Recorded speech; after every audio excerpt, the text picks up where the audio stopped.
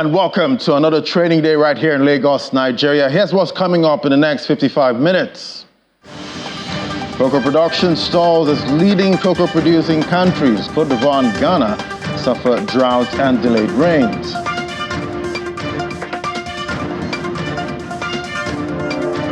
And Kenyan members of parliament want foreigners to get permits before investing.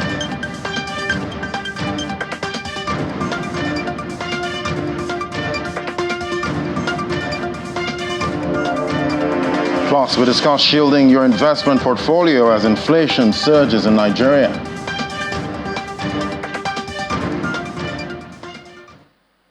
And it's great to have you join us. I'm Ladi Williams. Let's kick off with some of the major markets that we track now. Starting with the grain market, we see Chicago wheat futures were unchanged today after export threatening Russian attacks on Ukrainian ports pushed them up by more than 2% in the previous session, but prices still remain near their lowest since 2020 amid plentiful supplies there. But we'll see wheat unchanged, $5.42 for 3/4 of a bushel. Soybeans, that's up 0.1%. $11.89 a bushel, while corn, we see corn that's down as a CV1, $4.37 for 1/4 of a bushel. So we're seeing geopolitics there moving prices when it comes to the grain market. Let's get a check on the oil market now. See, oil prices dipped today, due in part to protect prospects of rising supply from Russia, slower than expected downstream demand in the sectors such as jet fuel and cautious trading ahead of the U.S. Fed's decision for U.S. interest rates. We're waiting on that now. $86.75 a barrel. That's what we have for Brent crude, 0.15% down after the big jump we saw yesterday. The U.S. grade there, WTI crude, $82.52 a barrel. Seems to be sitting quite comfortably above that $80 mark this time, but it's down 0.18%. Both benchmarks reached 4-month highs in the previous session, buoyed by lower crude exports from Saudi Arabia and Iraq and signs of stronger demand and economic growth in China and the U.S.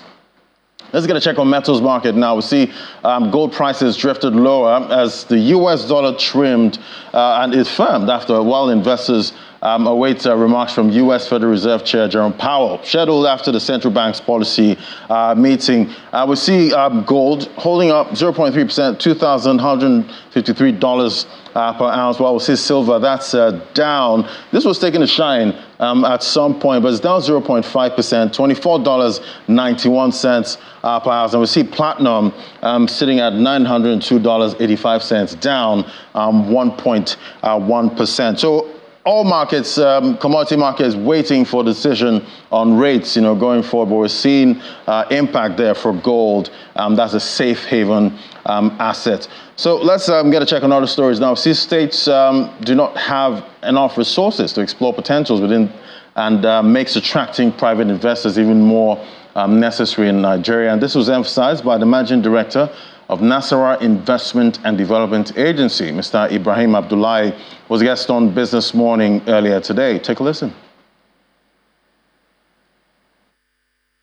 Government does not have enough resources to harness the potential of the states to revitalize the economy of the state.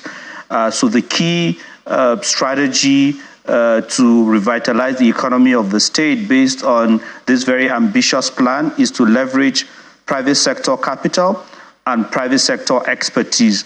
What have we been doing in this regard? We have rolled out the most ambitious reform of our business environment since the creation of the state.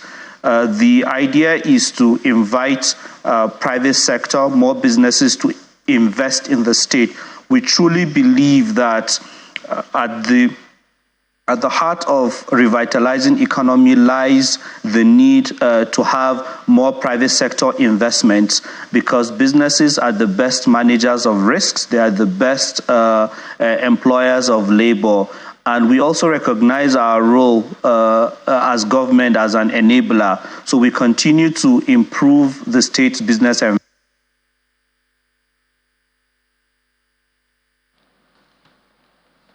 All right, we'll take a break now. When we come back, we'll discuss matters on shielding your portfolio at this time when inflation is sky high. That's a moment. Just stay with us.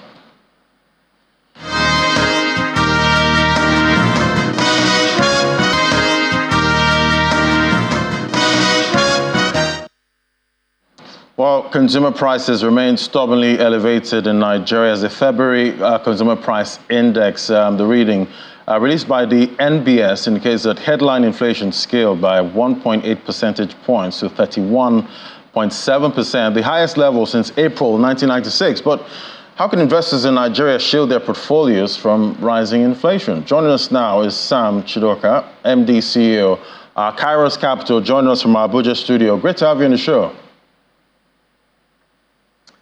Hi, Ladi. Nice to be here. Fantastic. So we're seeing inflation keeps rising in Nigeria, even as lending rates have been hiked to tame inflation. But the numbers also show that the rate of increase in February was more than what we saw in January. How are you seeing the recent numbers? Well, so we've seen that inflation has continued to tick up in Nigeria. So far, we have seen a continuous rise in inflation to a point where we have the highest rate of inflation in about 3 decades now. We haven't had inflation this high. And of course, we can see that food inflation has been a major issue. Today, we have food inflation that is almost at 38%, right? Looking at the CPI. And what has driven this has been also, we've seen the depreciation in the currency. We note that the inflation we have in Nigeria is not necessarily demand-driven, especially on the inflation side, but also supply-driven because we import quite a bit of the things we consume. So we have imported inflation. So we've seen inflation figures continue to rise, and that's not good for our economy as at this point in time. Inflation tend downwards, with most of our major trading partners at this time, but that doesn't seem to be helping imported inflation at this point. Sorry, can you repeat that again, please? Like we've seen, inflation tend downward in the US, in the UK, and even in Ghana, at this time, but that doesn't seem to be playing into the imported inflation for Nigeria. Yeah, you're correct. It hasn't played out yet because remember, it's also important to state that inflation is a lagging indicator. So what you see as inflation figures in the month of March is the inflation that has happened already in the month of February. We are caught up with so many things. Right now, again, we are in the fasting period for our Muslim brothers and sisters. And usually what happens in this period is that food inflation also begins to tick up because some may not have the strength to go to the farm and farm at this point in time. And then there is demand as well when you get towards Salah and all of that. So that inflation would also be priced in what we have in March. So because inflation is lagging, when you see the effect of inflation in countries that are counterparties and you expect that inflation, that effect to trickle down into Nigeria, it will not be immediate. It's going to take a while. Remember that even the CBN governor himself did say that he expects that by the end of the year, we'll be nearer 20% in terms of inflation because the idea is that all the decisions being taken, all the actions, monetary policy decision, increasing MPR, to 22.75%, that we'll begin to see the effect of those going forward. Because like I said, inflation is a lagging indicator. And yeah, you did mention the central bank MPC did say inflation will peak at some point, in Nigeria. But looking at food inflation and how it feeds into headline inflation, we've not solved the security issues in most of these food-producing states. Do you see inflation really peaking, in Nigeria? Well, so the central bank governor, we have to note that he speaks from his position as one who manages the monetary policy using monetary policy tools. But there are other things that are driving inflation in Nigeria. Insecurity is one of the things driving inflation. So if you look around the food belt, when people cannot go to the farm, when you have clashes between herdsmen and farmers, when you have kidnapping on the increase, when you look at the Southeast, when you have sit at home every Monday, all of those things feed into the food inflation that we are seeing. And there is no monetary policy that can control that. So what needs to happen the central bank governor says inflation is going to peak and then start to trend downwards. We all hope that that happens. But monetary policy is not enough. We need to do something about security. On the fiscal side, we need to do something about how the cost of governance.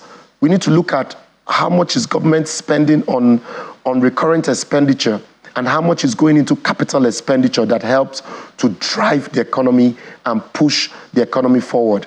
I dare say that I think we're spending so much on the recurrent side at this point in time, and there needs to be a reduction.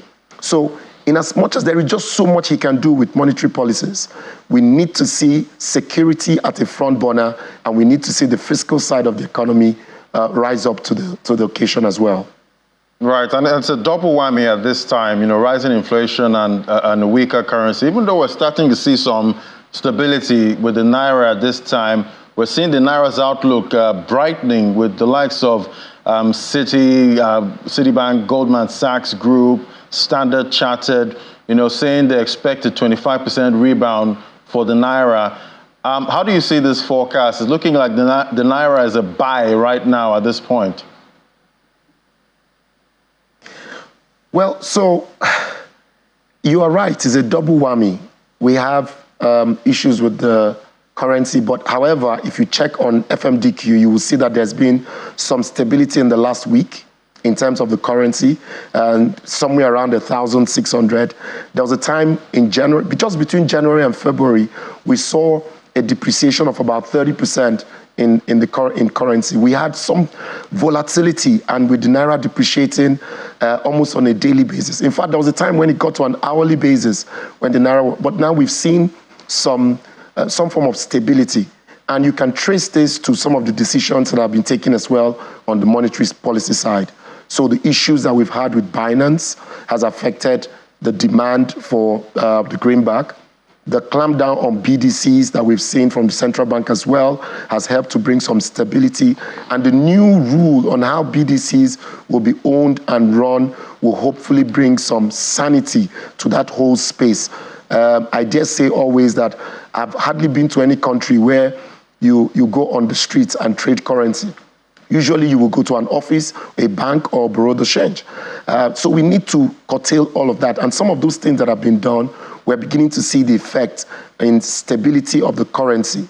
Now, it's that stability that will now lead to where we see some appreciation concerning the Naira and the greenback. And we're hoping that that happens sooner or later, because the biting effect on the economy is so much on the common man. I've also seen the foreign reserves actually inch up too at this time to about $34 billion more. But I guess the million-dollar question now is, how do you hedge, against this kind of inflation that we see in Nigeria? We're here now, but an investment has to be made, at this point. Or is it better to just sit on your money?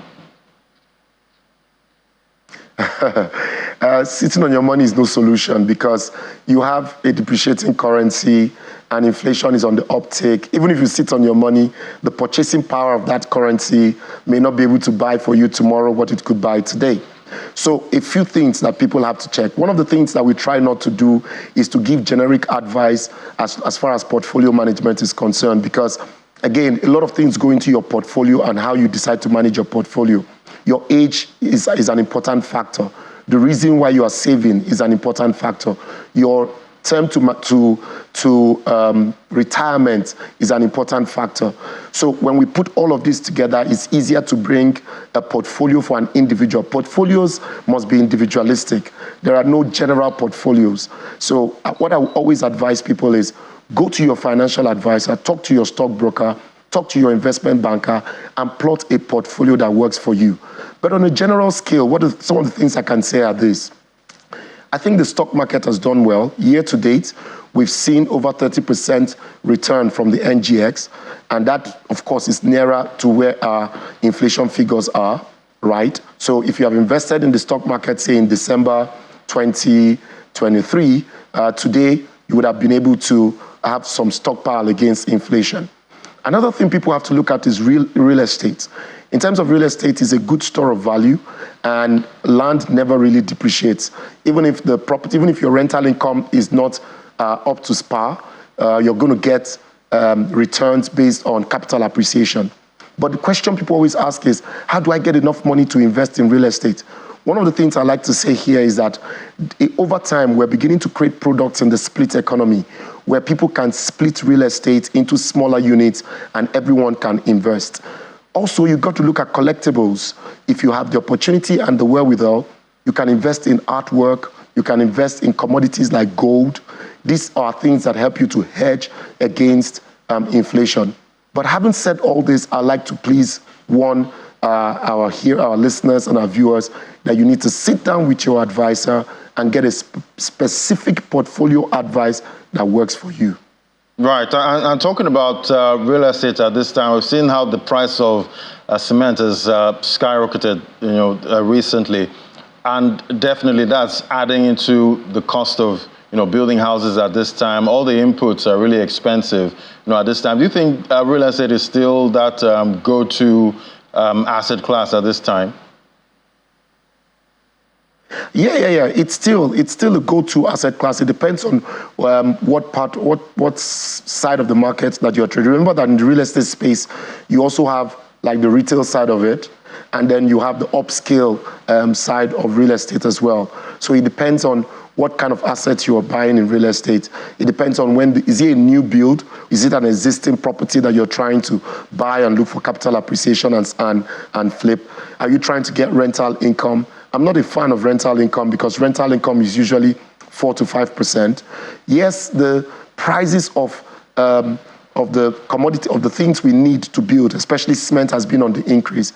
But at the end of the day, when you look at the cumulative return, people are still getting 30 to 40% return in the real estate space. Compare that to investing in putting your money in a fixed deposit. You're more likely to get somewhere around between 10 and 12% return. Compare that to the fixed income space. Even with the fact that we've seen a massive increase in yields. So 1-year T-bill, the last auction will give you a 27%, almost a 27% yield. Yet, that is still sub-inflation. But real estate, people are still making as much as 35 to 40% return trading in real estate who understand it. And again, as I always say, you have to learn to deal with professionals.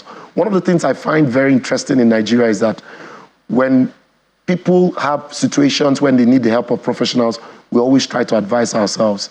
And I counsel against that you need to speak to professionals and know when to invest, how to invest, and where to invest. Right, and talking about where to invest, what asset class would you say should not be in the portfolio right now if you're trying to beat inflation?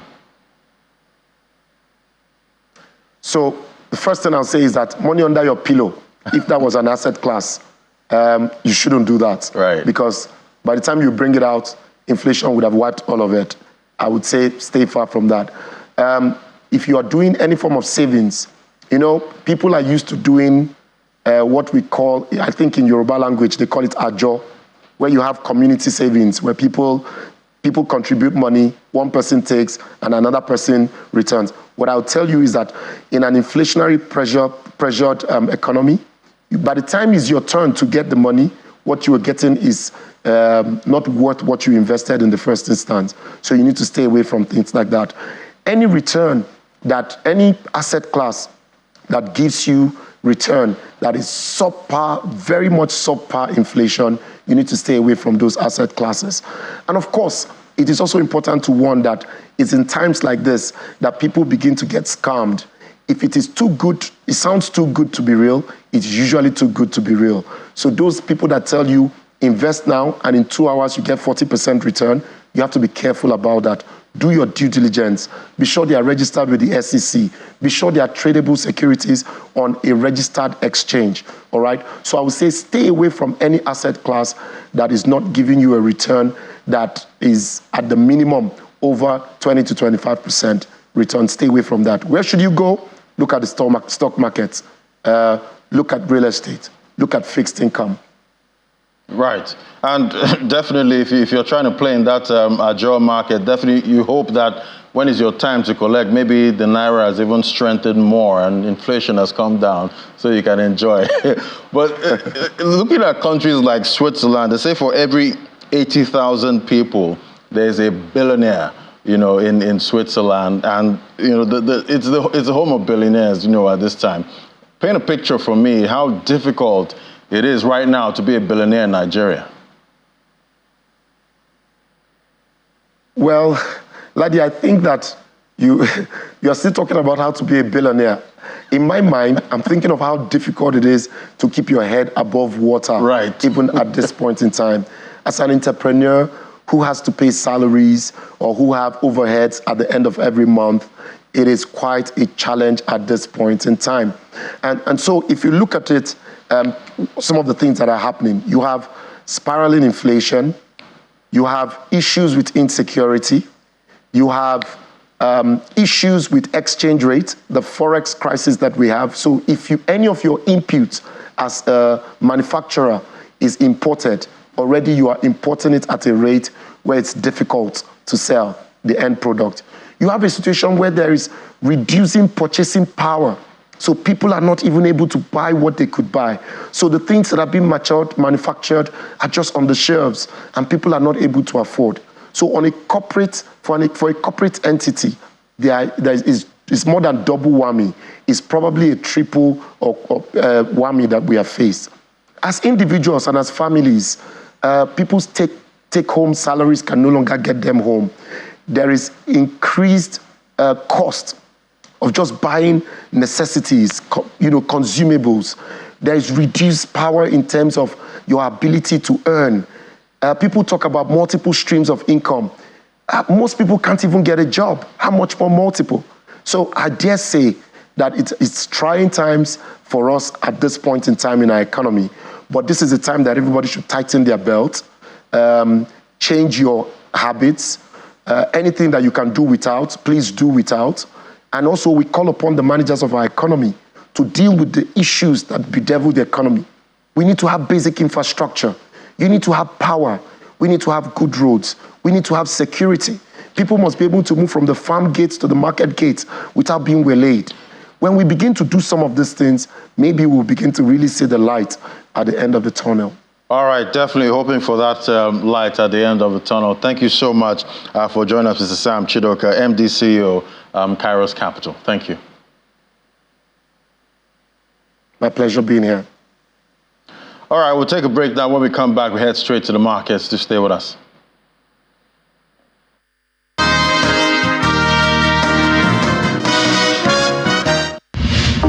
We live in an era of massive innovation. All right, let's head straight to the markets now. We have Willie Bonga with the details at this time, and we see the NGX again. Hey, good afternoon, Ladi. Marching down, good afternoon. Yes, yesterday the NGX did play that one. Well, the analysts did talk about the correction in the market after 10 positive sessions. So right. Correction is expected in the markets. There is nothing going on that is not supposed to be going on. Can you say the same about Bitcoin at this point? Well, yes. I think it got up to that high, 72,000, and now is dipping. And, profit taking and sell-offs are normal in the market. So, Ladi, I'm sure that people who got greedy. That's all I have to say. So we begin with the major equities in Africa, where sentiments, unfortunately, were negative at intraday. Nigeria's NGX was down at intraday by 0.09%. We also see South Africa traded in negative territory, 0.45%. However, the stock exchange is slowly turning the tide, from a wave of the listings to companies once again considering initial public offerings. Now, bankers have cited potential interest rate cuts, upcoming election, and the country's plans to alleviate rolling blackouts among the factors for this revival. Now, elsewhere, let's look at Egypt's EGX30. We see that continued dip. Sell-offs are still, prominent in the market, 3.03% down. And this significant shift from liquidity, you're seeing that shift from equities to fixed income assets, that's what's going on at the Egypt EGX30. Now, analysts say that the market correction is expected, and this is due to investors moving funds, as I said, to bank certificates and institutions allocating to fixed income assets amid rising interest rates. I think that's the in thing now. Now, let's look at the East now. Kenya closed Monday's session in the red. At least it's still sustaining that 100 points level. Now let's delve into the unlisted equities market. We've been seeing some bloody bloodbath there for some time now. And to give us a sense of what's going on there, we're joined by Mrs. Davina Adeni. She's the Chief Operating Officer, Executive Director, Bestworth Asset and Trust Limited. Good afternoon, Mrs. Adeni. It's good to have you on the program. Good afternoon. How are you doing? I'm very well, thank you. So, Mrs. Adeni, we've talked about the unlisted equities market. We had a conversation, and we've seen it recorded its first positive close yesterday after, I say, some weeks of bloody outcomes. It was up 1.77%. But what has been the major drivers or reasons for the negative performance at the NESD? Well, as you will have been hearing around now and in the past, we have a demand market that looks like operating on a pendulum. Okay, so each time there's an increase in the interest rates in the fixed market sector, like you have in the bonds, fixed, and then in the treasury bills, once there's an increase in the percentage that the investors tend to get, you find a situation where most of the very, very, very active investors move all their funds. They move all their funds out of the equity market. And what you have is a situation where you find so much money in the fixed income markets. Of course, when there's news that they are doing like 17%, doing like 16%, of course, naturally, most very, very, very out of the equity back into the fixed income market. And then when the fixed income rates go down, you find those funds coming back to the equity market. I think that's basically the reason why you find a downward turn in the activities and the prices. Okay, so what's happening currently now at the NESD? Market. Okay, so what's happening currently at the performance at the NESD as we speak? Intraday numbers, which stocks are investors eyeing, or which are they trading or fading? Well, right now you find that most of the funds are currently actively trading on stocks like Aradel. Aradel, you have WAMCO, you have CSCS, and then upcoming you have Multiverse.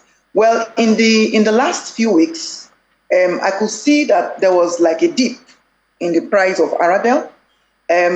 Of course, because due to the factors that I mentioned earlier, because of the sudden upsurge in the interest rates in the fixed income market, you find out that even though the fundamentals for the Aradel were still there and still in place, going by the fact that it's a stock that has a power value of about 10 naira, and then, of course, looking at the fact that eventually they might be moving out into the major market, we'll have expected that more investors will have been, diving into Aradel. But because of the sudden announcement, the news that the fixed income market is yielding more, most investors are trying to eye and move out some of their investments in Aradel back into the fixed income market.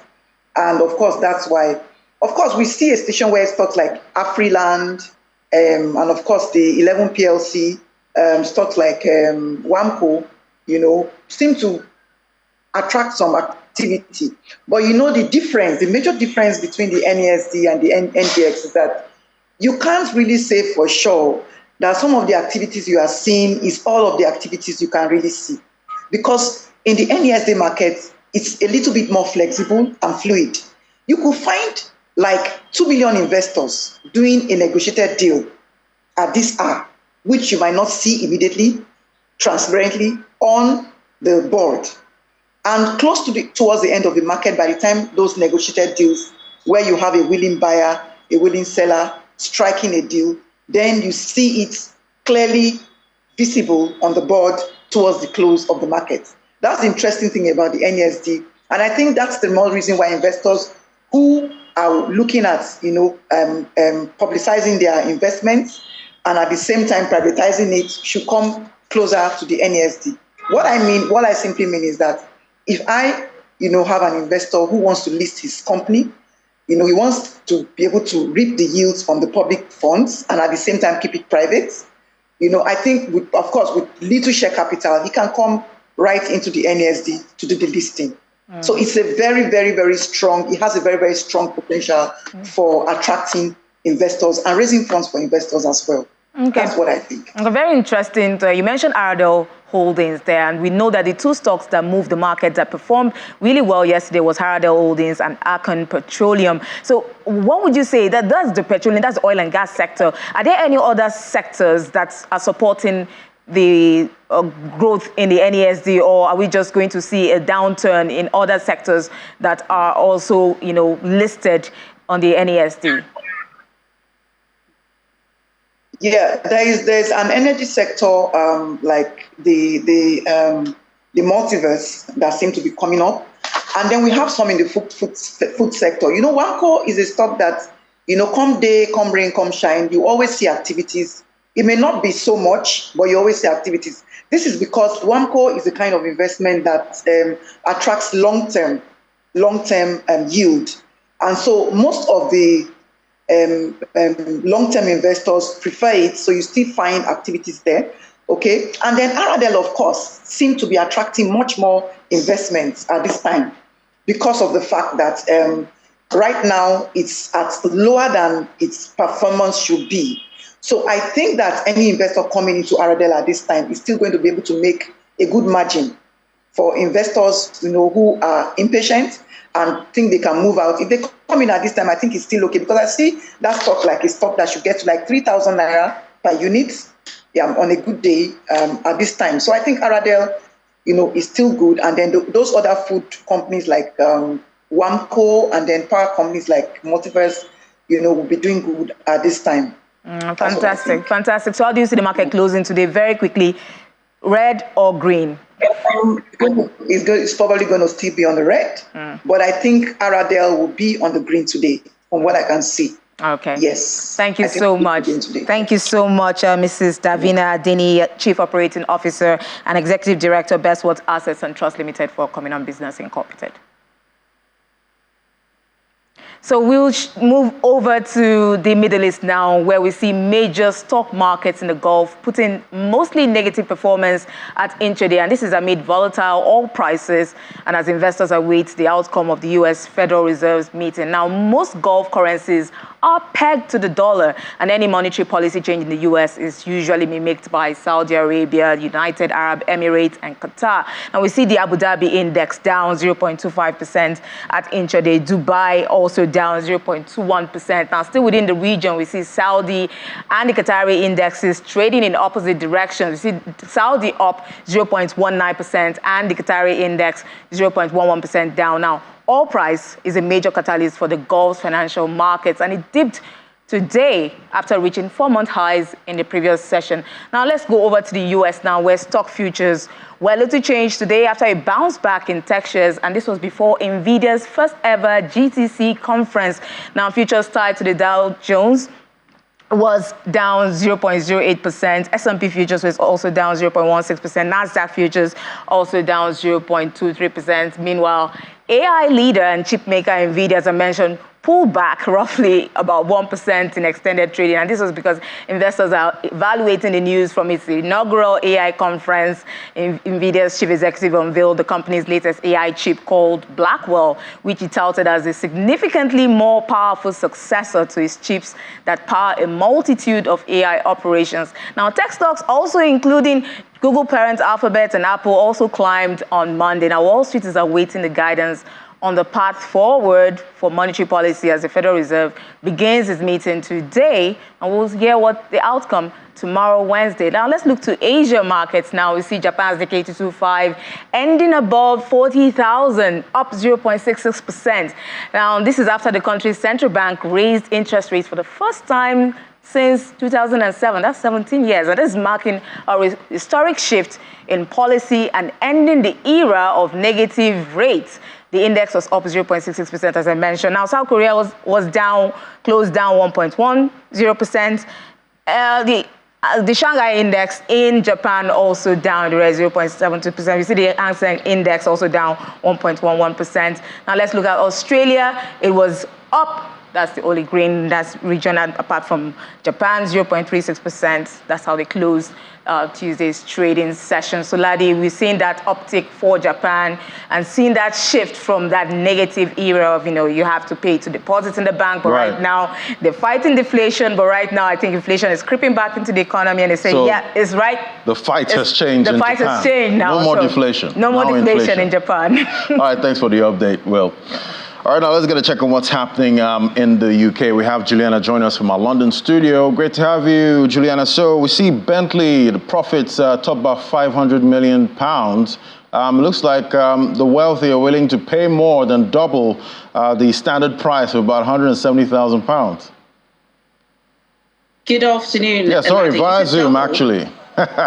You said double. I would say probably triple or quadruple. If you think that starting price for a Bentley is £170,000, that is incredibly expensive. And I think just having a look at their website recently, some of the Bentley vehicles go to £3 million. And I think this is why they've had a pretty successful 2023. I think their operating profits, which came in for the year at £589 million, was slightly shy from economist estimates. But if you kind of look at the entire car industry as a whole, I think they're doing pretty well as a luxury player. Now, in their 2023 trading update, which was released earlier this morning, the Volks, I think they're owned, aren't they, by Volkswagen, they have said that they are going to be reducing the amount of time and productivity they put towards electric vehicles, which is really interesting, actually. And it will be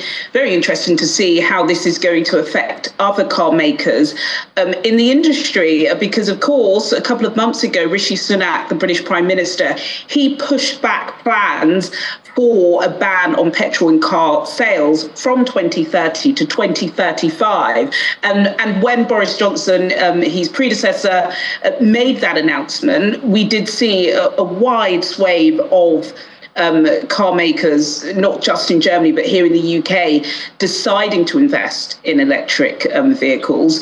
Just yesterday, David Beckham, a man I'm sure you're familiar with, Laddie, he actually had a 10% stake in an electric vehicle car maker, Lunaz. They have filed for bankruptcy, and they are citing the UK government's decision to push back the ban of petrol and diesel car sales. So considering what's going on in the wider industry, I think Bentley are pretty pleased with that update today, considering the world is still grappling with the cost of living and high inflation. Of course, the lucky few of us don't have to worry about that, and they can spend hundreds of thousands of pounds on a vehicle. All right, Juliana, but correct me if I'm wrong. You seem like a Bentley kind of gal. I'm just going to nod my head in agreement with you, Laddie. All right, let's look at some other stories now. Thank you for saying that. I receive it. Yeah, of course. Why not? So we see Unilever, their shares spiked. But it looks like the ice cream business, that's from Magnum and Ben & Jerry's, that's to be spun off at this time. Looks like they're trying to cut costs here. They are. It's a cost-cutting season, isn't it? And you're right about Unilever, although I think the headline from today's announcement is the fact that they are going to be axing about 5% of their workforce. They've got 127,000 people working for them across the globe, but 7,500 people, unfortunately today, would have got notification that they're losing their jobs. And this is a part of a 3-year robust restructuring plan. I believe that they've been speaking to shareholders, Unilever, and they've realised that perhaps there are so many individuals within their institution that are doubling up on positions, and we know what's happening with AI, and lots of roles now are being automated, and unfortunately 7,500 people are going to be losing their jobs because of that. In terms of their ice cream division, they have basically said that this is going to take more time, more effort, and needs to be decompartmentalized from what they do with their other consumer goods products. So yes, that's what they are going to be doing. But pretty unfortunate that 7,500 jobs will be going from Unilever. But that is the sign of the time. So expect more axing announcements as the year goes on. Right, definitely a sign of the times. Thank you so much for the update, Juliana. Thank you. All right, let's get a check of what's happening in Europe now. See, Polish farmers blocked two major border crossings with Germany. That was yesterday in a protest against farm imports from outside the European Union and the bloc's environmental red tape. Well, Akram Makishi joins us now from DW in Berlin. Thank you so much for joining us, Akram. So what's the situation? Thanks for having me, Ladi. On Monday morning, Polish farmers, feeling pushed to the brink, took a dramatic step. They decided to block two major border crossings with Germany. The reason for this seems to be a mix of frustration over farm imports from outside the European Union and a growing resentment towards the EU's environmental policies, which they feel are tying their hands. Now, it's not the first time they have done something like this. Polish farmers have been vocal at the checkpoints with Ukraine, arguing that the imports flooding in from their war-torn neighbor are undercutting their profits. But this time they have shifted their protest to the western border, making a bold statement. I have seen a video that shows tractors lined up on the A2 highway at two border crossings between Germany and Poland, bringing traffic to a standstill in both directions. Polish local police said this blockade is set to last until Wednesday evening. All right, what's the EU's take on those protests? Well, in response to these protests, the EU has been scrambling a bit. It put forth some proposals to tweak the Common Agricultural Policy, or CAP, aiming to ease the tensions across the continent. But here is the catch. These changes still need to go through the ringer, getting approval from EU member states and the European Parliament. European Commission Chief Ursula von der Leyen had a chat with Polish Prime Minister Donald Tusk last week. Her plan is about cutting down the red tape and easing upon some of the environmental regulations that farmers bump into when they are applying for EU subsidies. Some of the proposals on the table are pretty interesting, though, like giving some small farms, those under 10 hectares, a pass from some of the CAP's checks and penalties. All right, so what are you seeing in the markets today in Europe? Well, Ladi, European stocks are expected to trade lower today. That's what the futures indicate, at least. Traders await the US Federal Reserve's policy decision on Wednesday. Fed is widely expected to stand still, but the focus will be on its economic projections and how many rate cuts it estimates for the year. And in other news, though, the Bank of Japan delivered what investors had been waiting for, ending its negative interest rate policy after 8 years. The move marks the country's first rate hike since 2007. And just like that, the era of cheap money has come to an end. All right, definitely a big move there from the Bank of Japan. Thank you for the updates from Europe there. That was Akram giving us the details from DW. Thank you so much. All right, let's get to other matters now. We see, cocoa production is is really weighed down, at this time with leading producers like Cote d'Ivoire and Ghana having to deal with issues like drought and late rains at this time. We see the supply shortfall resulting from this, and the spike in the price of cocoa, about $8,000 a ton at this time. Let's talk to Dr. Ifeoma Nwokolo, research manager at FDC. Great to have you on the show. For having me, Ladi. So how do you see this impacting demand, that's global demand for cocoa going forward? Yeah, the demand for global cocoa has continued to increase. This is due to shortage supply. And this shortage supply is triggered as a result of climate change, we may call it that. So climate change has come to stay, and it is high time we begin to put adaptive and mitigative measures to curb the effects. However, we are able to see that Nigerian farmers, cocoa farmers, are right now are cashing out. I would say they are cashing out because the earnings of cocoa farmers in Nigeria has increased by about 233.3% to, let's say, almost $2 billion from the usual $600 million they used to earn before now. And is a plus for the economy because this will bring in foreign earnings into the country, and it will have a direct impact on reducing the pressure in the FX markets.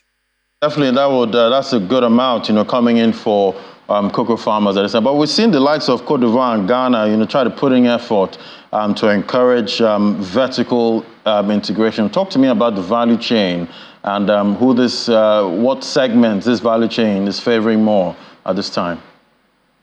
Okay, when we talk about value chain, it's really favoring other countries because countries are beginning to see the benefits of value chain and they begin to key into it. Like Ghana in 2020 or thereabouts earned about, let's say, over $13,000 million from export of chocolate and other confectionaries. But for the case of Nigeria, we have not been able to benefit from these forward linkages due to certain factors. Factors like, let me say, infrastructural gap. When you say infrastructural gap, you are looking at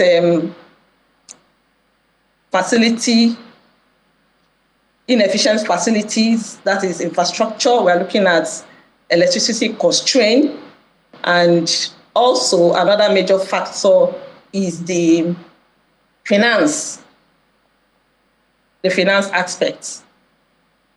All right, definitely. We hope to sort that funding angle there right here in Nigeria. We'll keep tracking that market to see how we've seen some forecasts that the prices might come down soon, but we'll keep tracking to see if that happens. Thank you so much for coming on, Dr. Ifeoma Nwokolo, Research Manager at Financial Derivatives Company. Thank you.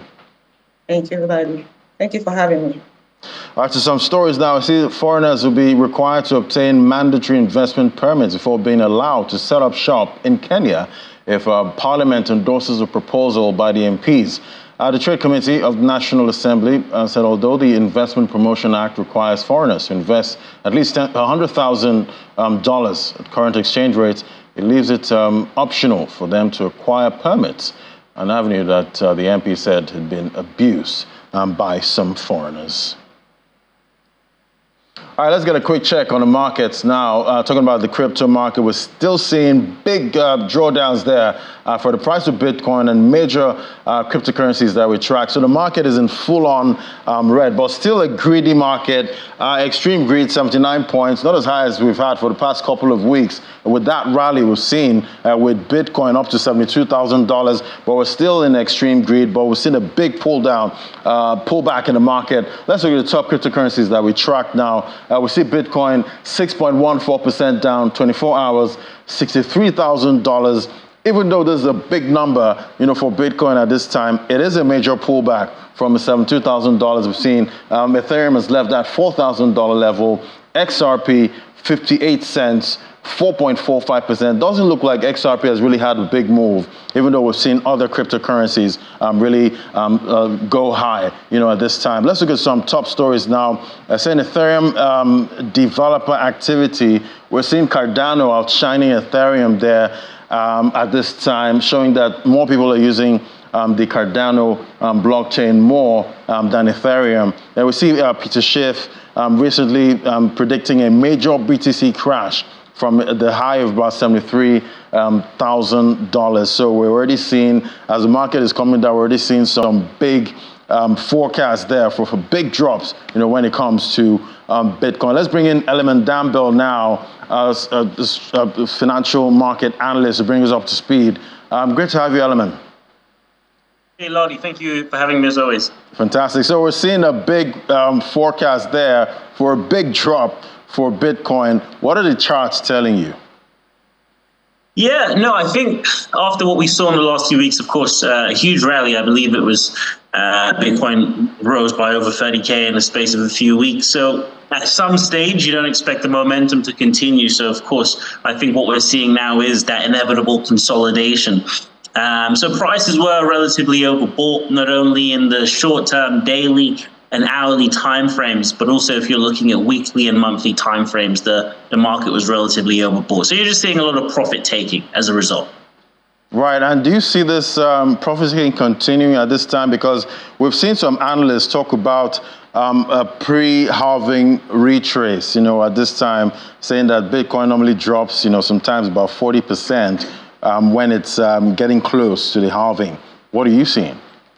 Yeah, generally, I think with most markets, when you do see this type of retreat, it is usually between 30 and 40%. So I think we're close to that range, and I do believe you could see it potentially fall below 60K, around 59, 58. But in the longer term, if you are looking at a monthly time frame, and just to pivot back to those RSI, the relative strength indicator, on a monthly time frame especially, we're on a resistance level of 74, but in the grand scheme of things, the all-time high is 97. So there's still quite a lot of distance, and I believe once it finally breaks that 74 threshold, we will potentially see it heading close to 100K. Right. So for you, what are you seeing as the short-term bottom at this time for Bitcoin? The short-term bottom, again, I think probably between 58, lowest 55K. Lowest 55K. Thank you so much, Element Danbell, for giving us that update. Cheers. Thank you so much.